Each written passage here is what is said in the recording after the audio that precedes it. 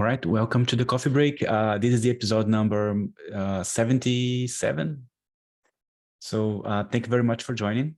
As usual, this is a very open space, any topics or questions or projects that you are working on. And again, as usual, let me start with you. If you have any topics or projects that you're working on that you'd like to share or questions, feel free to open your microphone or turn on your camera. Always enjoying seeing you guys. Hey, Gusto, I've got a question. Yeah. I am trying to get the hubs data from a Fusion team, and instead of doing three-legged authentication like is in the tutorial, I'm trying to do it two-legged, but the token doesn't seem to be working when I'm doing that. All right. So when you why do you need two-legged?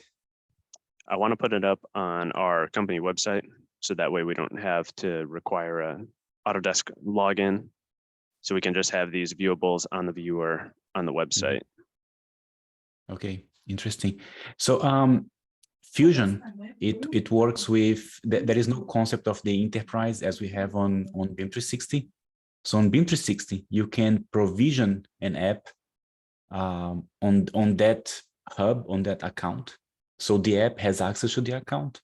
But on Fusion, we don't have that idea, right? So it's always a user accessing his information on Fusion hubs, right? So that's why it's always required to have a three-legged, because otherwise we don't know that that client ID is pre-approved to see that hub. Okay, so you're not able to do two-legged authentication for Fusion team? Correct. And I'll just explain, that's why, right? Because you don't pre-provision that client ID within your hub. Okay. Yeah, it's about permissions and access, right? So like Augusto said, ACC and BIM 360 have an administrative facility to allow you to add two-legged by client ID. Okay, so would there be a different way around it, like hard coding a user or something into the configuration variables in order to?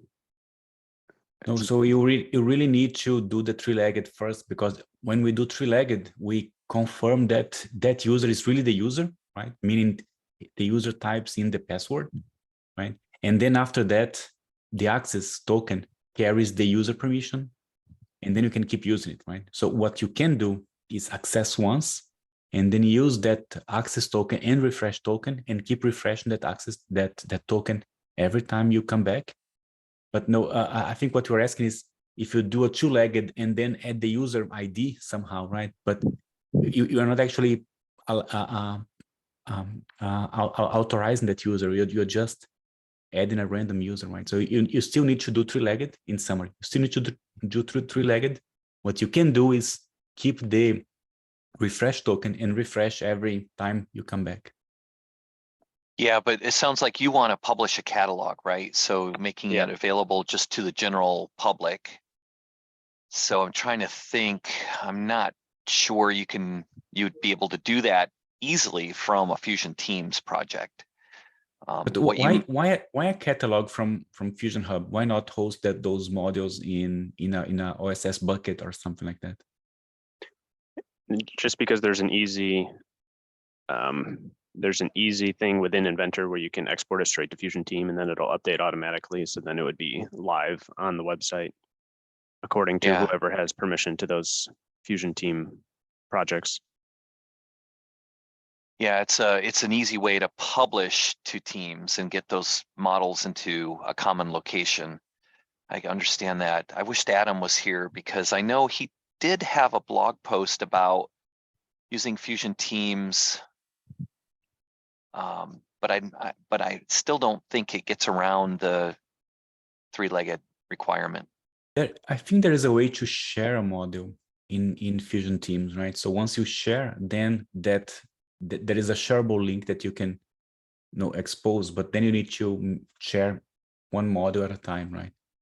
Right. Yeah. So that's I put that up on the website as like a demonstration for our managers and stuff. So we have that working based on the blog post from Adam previously, but then you have to go and manually do that. I want to be able to, you know, filter through it, have it search automatically, and then kind of just, but it doesn't sound like, would it work then for Fusion Manage? Is that different than Fusion Team? The rights for that, being able to do 2-legged versus 3-legged? Or would that be similar? So as far as I know, because there is no pre-approval of the client ID on that hub, you always need 3-legged. Right? So the only reason you can do 2-legged in BIM 360 is because of the provisioning pre-approval. So what about I mean, there's two ways I've seen customers do this.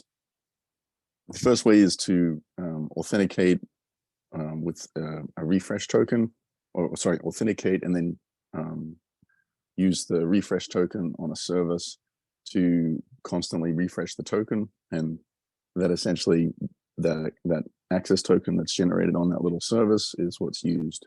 You treat it like a 2-legged access token. There's complications with that. There's a blog post on it, but it keeps the drawings on Fusion Team, Fusion Manage. The second way I've seen customers solve this problem is they take the seed file that's on Fusion Manage or ACC, and then they go and copy it to their Forge bucket and then retranslate it, and then take the cost of that, and then they host the gallery from their standard Forge buckets. So those are two basic ways to do it. Yeah, there's a third potential way, but it's not going to be available for Fusion Manage for some time.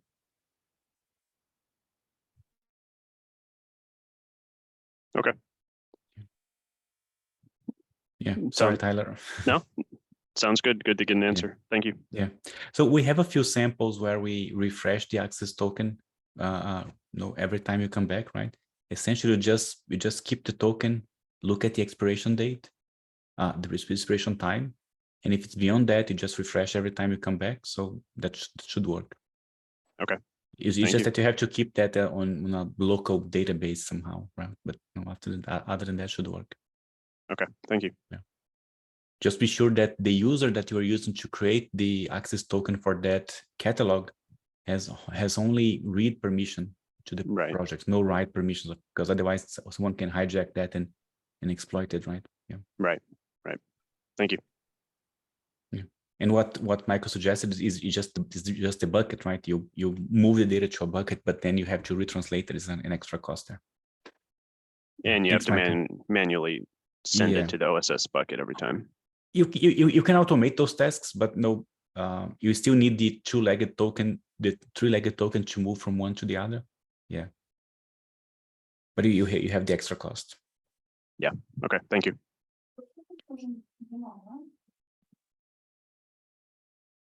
So I have a question. Who's using design automation here? Alex. Yep. Okay, so just interesting. We have this design automation call for action. And if you look here, there is a preview DA, right? Which is like a preview environment. There is a newer version of the AutoCAD engine there. And I'm just curious if you're using the latest version, or you're planning to use, if you have a need for testing newer versions of the engine at some point. And currently we are using previous version mainly, but also old, not the latest. Yeah, AutoCAD 223. But sometimes we are going to test. All right, interesting. Thank you. You're welcome. Where is Peter today? Peter Bros. I guess you have a question for him, or anything there? I just wanted to ask we him to review his, pull request. We have his twin in the US. Michael is here, so I mean, I can certainly relay the message. Yeah, no, I'm not Peter. What's the pull request? Yeah, I just made 2 pull requests to VS Code extension. Oh yeah, for Forge. And What, he's ignoring me. Oh, oh, he's not ignoring, right? So he was in Japan for an event. So he was 1 week vacation and 1 week in Japan. So no weird time zone, and he was busy all day long. So yeah. yeah, he's Rest- definitely busy. Yes, he is definitely busy right now coming back. But you can test him on his Japanese too. he's really polished his Japanese. So I can ask him about the pull request. Just out of curiosity, what do the pull requests do? First one is very simple. Just when you create a new activity, engines list is not sorted. It's a bit hard to find exact engine. Second one is extension for model derivatives for the case when we are creating non-SVF derivatives, like for example, IFC from Revit or TBG from Revit or something. Oh, what? Something's wrong with IFC. No. Just current version of this VS Code extension supports only SVF and SVF2 derivatives. Got it. It Yeah. The combo doesn't box show. needs to show IFC. Got it. Okay. And no way to translate to something except SVF and SVF2. Okay. Yeah, This pair just fixes it. I got to be careful what I say here, but I think that's a fairly small change. I know I forked the branch and added some customizations, but I never pushed them back up. But you know what? Let's talk to Peter. Let's see if we can update those. Yeah, I'll talk to him and maybe actually is it a pull request or just an issue? Just 2 pull requests, yes. Oh, okay. Yeah. All right, I'll ping him, and then if he's okay with it, I'll try to Thank you. merge them. Yeah. Okay. Excellent. Thank you. Yeah. All right. What else is going on this week? This last 2 weeks.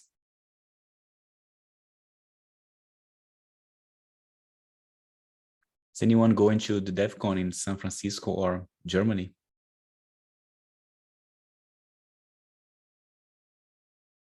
I guess you know about DEF CON. You know about DEF CON, right? I bought the tickets. Say again? Hmm? Can you repeat? Sorry, I missed you. I just thought I bought a ticket. Cool. Okay, so if you don't know, DEF CON is happening in San Francisco and Munich, Germany, September 6 and 7 and 11, 12. We are just beyond the early bird fee for San Francisco, but still time for Germany.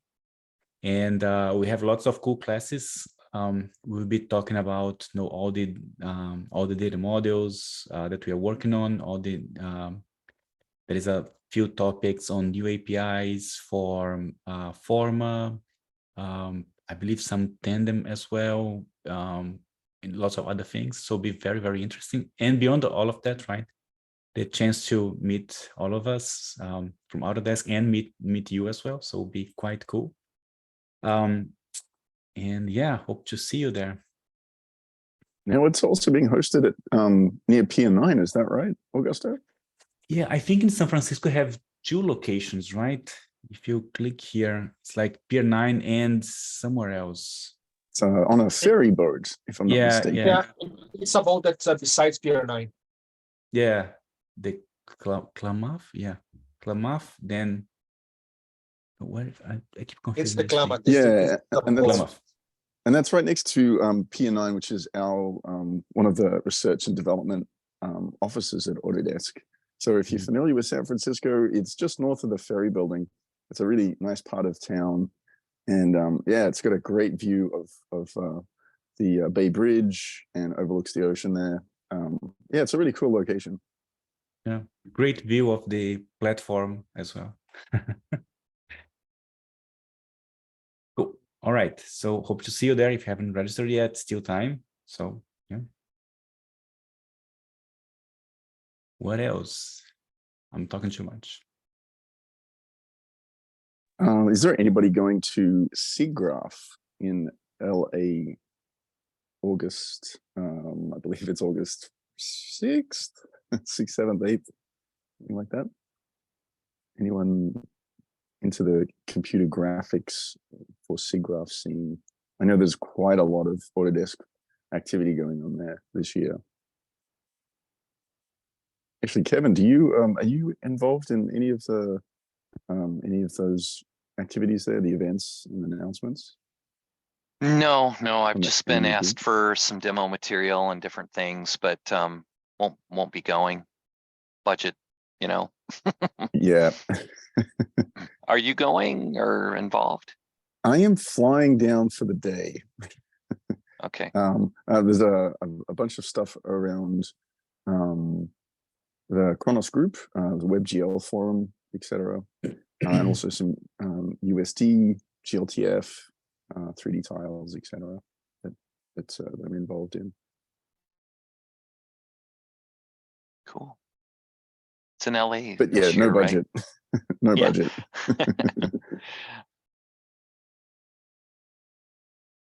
Yeah, I might. Gosh, I would really. There's a Birds of Feather on the Wednesday, which I should be going to, but yeah, it's all a bit too complicated. So yeah, just keeping the bare minimum there for the Thursday. Yeah, cool. So it should be interesting. Hope we can get some information after that. So with the next coffee breaks, August 9th, so probably you're back already.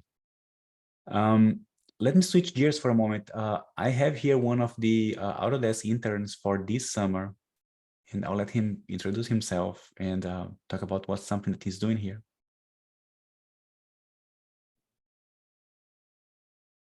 Hello, everyone. My name is Dhwanil. I'm currently a PM intern for the dev portal, and I just want to discuss something with you all, one of the projects we are currently working on. So I'll just quickly share my screen. Yeah, so basically we are trying to improve the user experience from for a documentation, right, for our viewer SDK. And what we are planning to basically do is that we are planning to add these interactive examples in the left nav bar in the developer's guide. So what this will do is that when a user wants to understand what the capabilities and functionalities of the viewer SDK are, usually previously they would have to set up the entire environment, experiment with the API, and then get to understand like what the viewer is capable of. With these examples, you can get the basic functionality seen through code pens of what viewer is capable of. Like, for example, there is an explode function which will open up the entire design, which is something like this. So the user could understand wow, okay, so the viewer SDK is capable of doing something like this.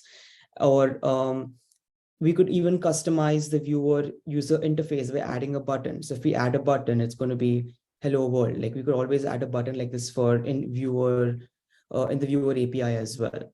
So basically, we just wanted to improve the user experience side and just trying to understand and have it's a very open-ended question, from an end user perspective, how effective do you think this is going to be when you're viewing documentation, you want to see what the API is capable of, and what else would you like to see if you are getting interactive examples and sandboxes like these shown to you? So it's a very open-ended question. If anyone has a quick opinion about this, it would be great. Yeah.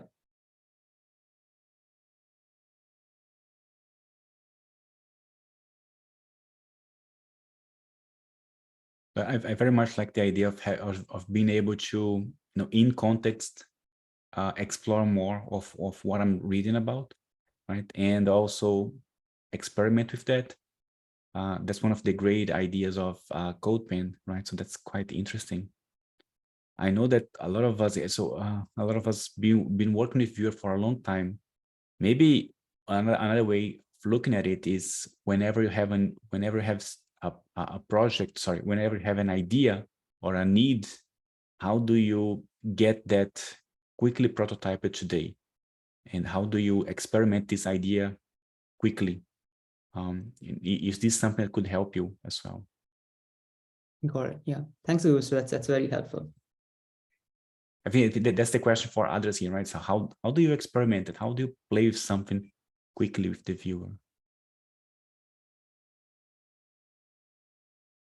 Usually use a not viewer or not viewers in console. But that's an environment variable, right? So you just open the console and try there? Yes, yes. Oh, okay. Quick Interesting. experiments. Do you see when you open the panel and write your code, why do you prefer that approach? Because I know it's easy to just type in the code there, but you don't have support like additional documentation or anything else, right? So you're just experimenting. I think that's probably... Yeah, just experimenting with. Okay, interesting. Browser Yeah. console. Personally, I feel like that approach is very helpful when you're trying to solve, kind of a specific problem, testing how environment might look, that kind of thing. But when you're starting a project from scratch, would this kind of facility help in that initiative?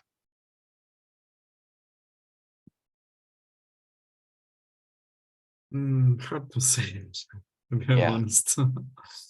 It I depends. definitely think there's definitely a more advanced workflow where I know I use the NOP viewer debug, debug terminal, and use that a lot. I think for more, you're right, more specialized cases and more advanced kind of debugging, definitely, that's a really great way to go with using the NOP viewer.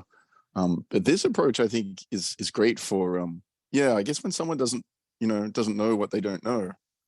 And so they come and see what the viewer can kind of do and see how to actually kind of get started. So I can see the two different levels of users there. So That's the way I look at it. Yeah, sorry. To follow up on your question, right? When you said like it's only like for getting started, so would you prefer for something more complex too? Like, because this is basically just to get you started. But would you want something for the developer to have even when they're already like halfway through a project, like something more complex of what like the viewer is capable of?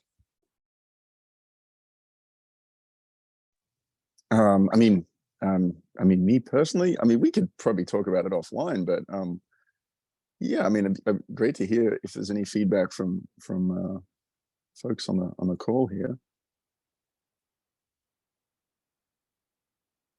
I think this is a good idea to have interactive examples.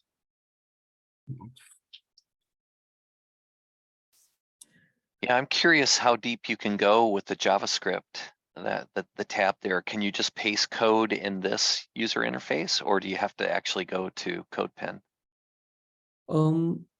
We prefer that we would want the user to go to the CodePen. That's what we prefer, because like it'll be easy for them to code over here.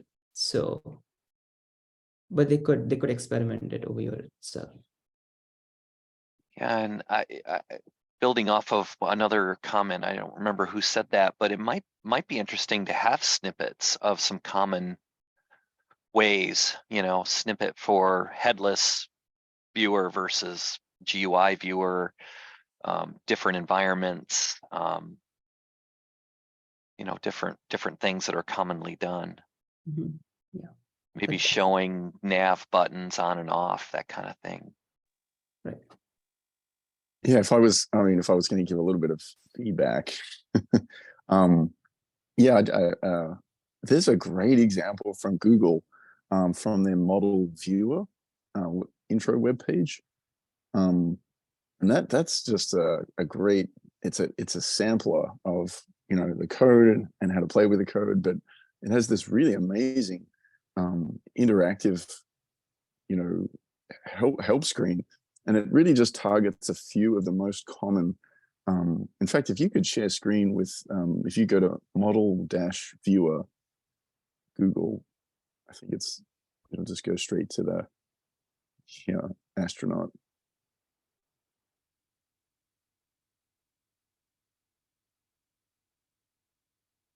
I think it's just modelviewer.dev. Yeah. Yeah, that's the one. And I really like how and you can kind of play with the model on the right. And then as you scroll down, as you scroll through the documentation here, the image on the right slowly changes to show things, how to add annotations and how to control the camera, just some really basic things. It's really quite, but you can see how to get started. Like, I had no idea how to use this thing, but I can see pretty quickly that if I just add this web component and then add these parameters to it, it starts to do this stuff. And so it's a really, really great intro. It's a really great way for someone who's just, just trying to understand what it can do, what are the most important things, and how to how to interface with it. Yeah. Got it. Yeah. Thank you so much. It's very polished. Yeah. If you click through some of the getting started, you'll see. Yeah. Anyway. So just because of time, thank you, Dwayne, sorry. Yeah. But we're just 2 minutes out. So just want to make sure that we have some. No, you can always reach out to Michael and get more details later. All right, so we're just about to finish our time, and let me just 2 small things that I would like to quickly share with you. So 2 things, right? So if you're using design automation, remember that engines are deprecating soon. So if you have an old version of one of the engines that is going to be removed soon, so we see 2023, it's time to act. So if you have any questions here, reach out. So that's one. Second is that authentication, it's on version 2. We also deprecated version 1, and version 1 will soon be removed as well. So there is a migration as well on how to move to V2. It's essentially the same, but there is a few differences. It's very much similar, but a few differences. And it's just that now we're more compliant with OpenID standard, right? So we're moving to be compliant with other authentication providers. So those 2 notice, right? If you have authentication, of course you have on your application. It's time to move to V2.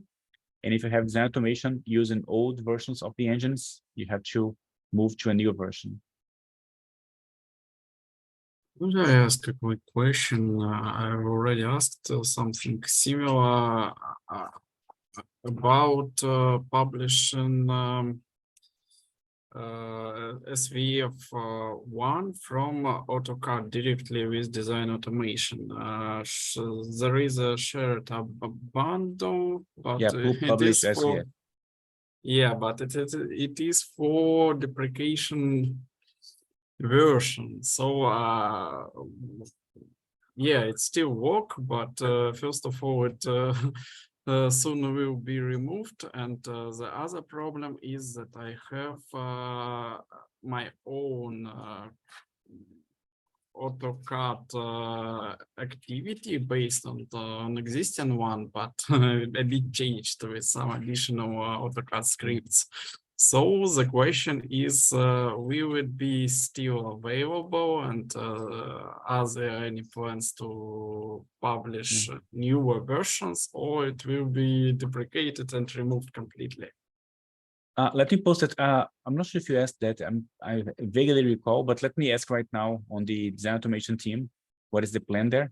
And if you can also send a message on APS help, then we can we can reply to you.